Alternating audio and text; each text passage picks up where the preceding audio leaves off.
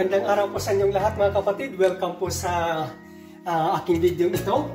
Si Kuya Daysan, at sa araw pong ito, sa video ito, tayo po ay magluluto ng chicken and pork apritada. Ayan.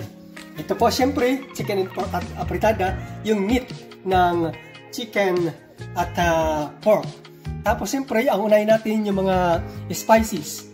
Ang gagamitin po natin ito na itong bawang, tapos sibuyas, and then ito po ay pretsimulo or kinchay, tapos ito ay celery, tapos itong kamatis, subalit dalawang hiwa, ito yung panggigisa ko siya, tapos merong big chunks, ayan. Tapos itong pang sahog natin ay karote, tapos carrots, and then patatas, tapos tawag doon celery, hindi, bell pepper. At syempre, nakalimutan ko yung spices pala kanina, kasama pala ito, dito yan actually kasama. Tapos ang mayroon pa dyan para pawala pa ng langsa, itong basil o basilico. Tapos ito ay cubes. Hindi na po, kung napapansin nyo, hindi na po ako naglagay dyan ng kaunting asukal. At syempre, apritada, hindi nawawala ang tomato sauce. At syempre, ang olive oil. Para mas masarap, olive oil. Mga kapatid, samahan niyo po ako sa pag-umpisa ng pagluluto. Ayan po mga kapatid, umpisahan na po natin ang pagluluto. Sisindihan na natin ang gas. Ito, sadya nga pula, ito ang gagamitin ko para mas mabilis lumambot. Itong tinatawag na magic cooker. Ayan, sindihan na natin. Ayan, may sindi na po. Painitin muna natin sandali. Lagyan natin para mas madali ang pag-init. May takip. Ayan. So, bali dalawa ang gagamitin kong kutsara mamaya para pag ganyan-ganyan. Kasi hirap ako maghiwa ay maghalo kapag isa lang kutsara. Although, maganda naman sana. Kaya lang, ito kasi hindi pang ganun-ganun. Hindi kasi pang shrimp ito. Hindi pang ganun. Kasi hindi ito yung pa-slide na pag ganun. Siguro sa susunod, mag-sponsor ang aking mahal na asawa, ibibili ako niya ng ganung wok. Yung ganung pang ano niyo, luto na ganun, para maganda. Pang chef ba? Ay mga kapatid, lalagyan ko na po ng olive oil. Ano po? Yan na yan. Tapos mga kapatid, siya nga po pala, di ba may alam naman natin lahat na may panibago ng style ng pagluluto. Kung noon, ang traditional na paraan ay nauuna ang bawang, ngayon hindi na, nauna na ang sibuyas. Nauna na po ang sibuyas sa ngayon. Palagay ko, mainit na. Hindi pa, antayin pa natin ang kaunti. Antayin pa natin ang kaunti mga kapatid.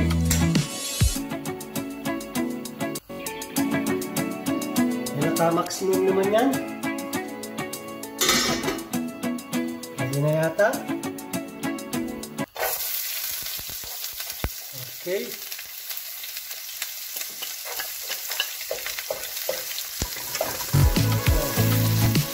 Nakalimutan ko pala yung pretsimulo kinchay.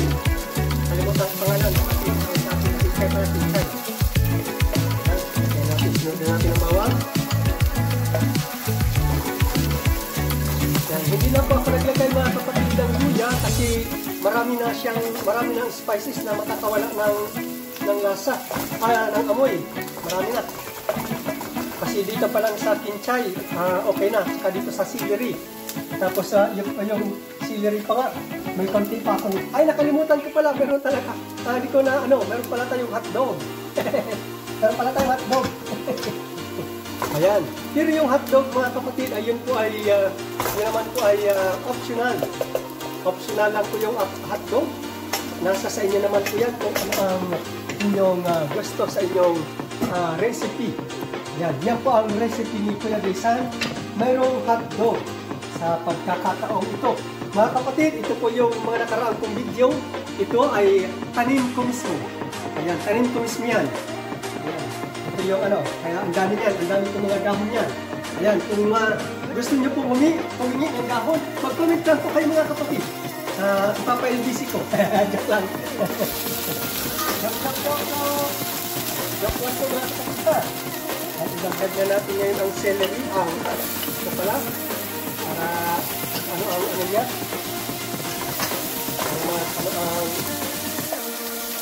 Mas madali kasi, pag gumamit kasi ng magic cooker na takip, ay mas madali kasi mainit. Mas nakakaligdag ng init. Ngayon ay tatanggalin ko muna itong mga big chunks kasi ang gagamitin natin ngayon ay ito lang na kasi yung big chunks naman ay optional din ito mga kapatid. Yung big chunks naman ay optional. Optional ko yan. Style ko lang ko yan. Kasi pagka papalut kumbaga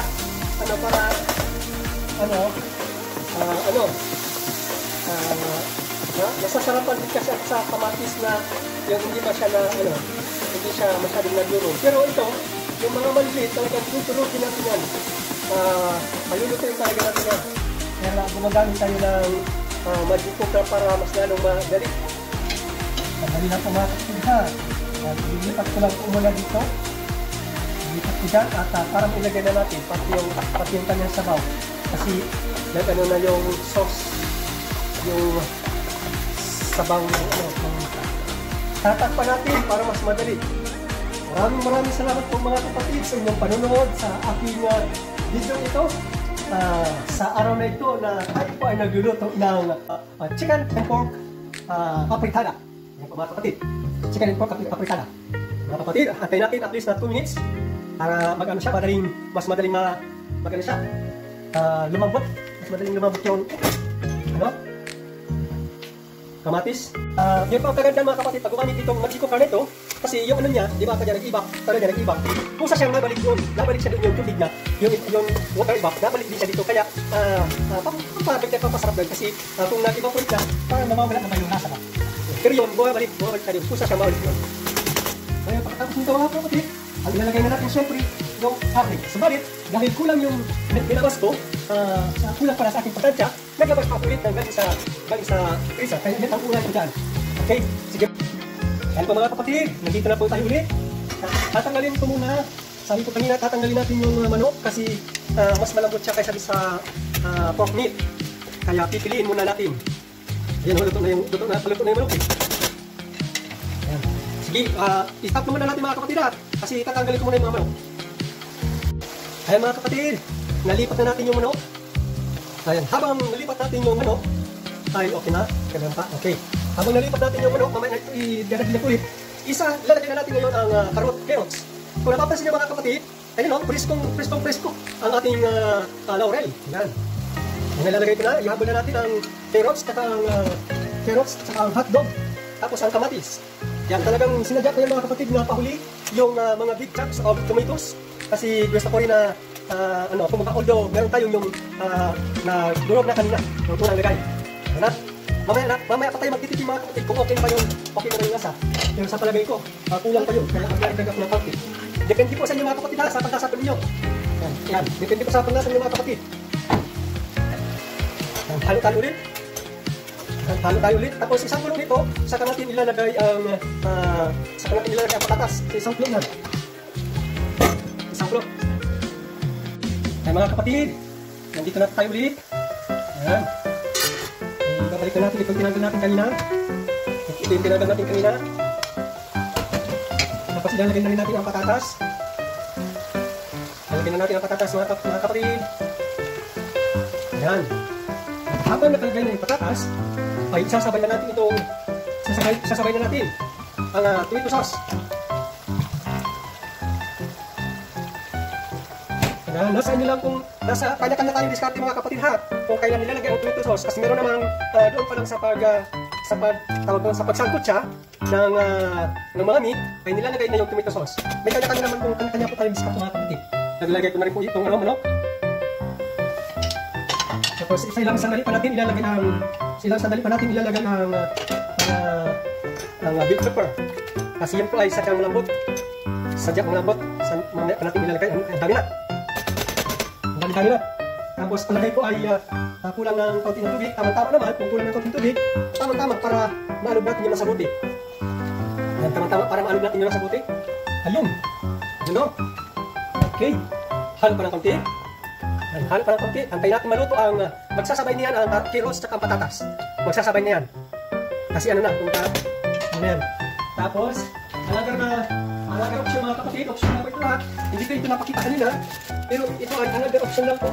Kanya-kanya naman pong kagustuhan kung ano po ito. Raisin. Raisin, ano sa Tagalog? Pasas. Pasas. Ayan. Raisin po, pasas. Ayan. Pasas po yan, pasas.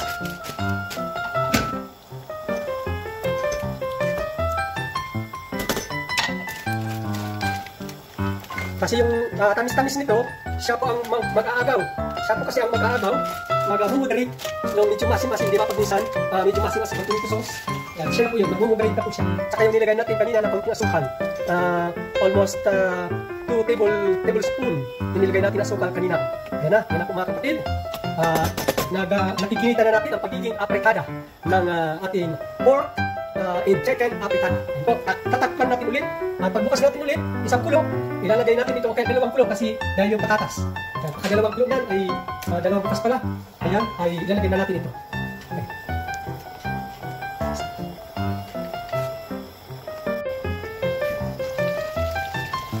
Okay. Ito na yan. Ilalagay na natin itong napuno. Napuno. Dami.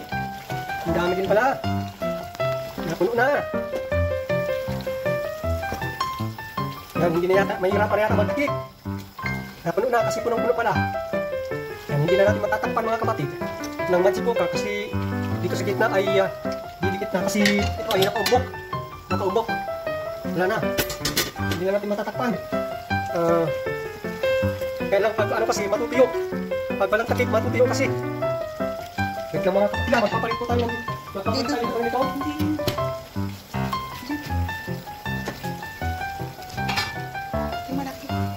Ayan, pinalitan natin ng takip kasi hindi na-ubra yung ano. Mga kapatid, silang salay na lang yan. 3 minutes na lang yan mga kapatid. Luto na. Magkakaroon naman. Maraming salamat po mga kapatid sa inyong pagsubaybay sa aking pagluluto nitong aking recipe sa video ito ng inyong host na si Kuya Daysan, the pork and chicken aprikada. Ayan, ito po.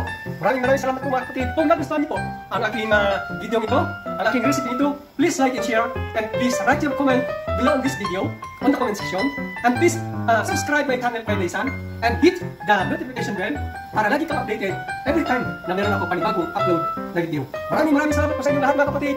Bye-bye and God bless. Hanggang sa muli na ating pagkikita ng aking next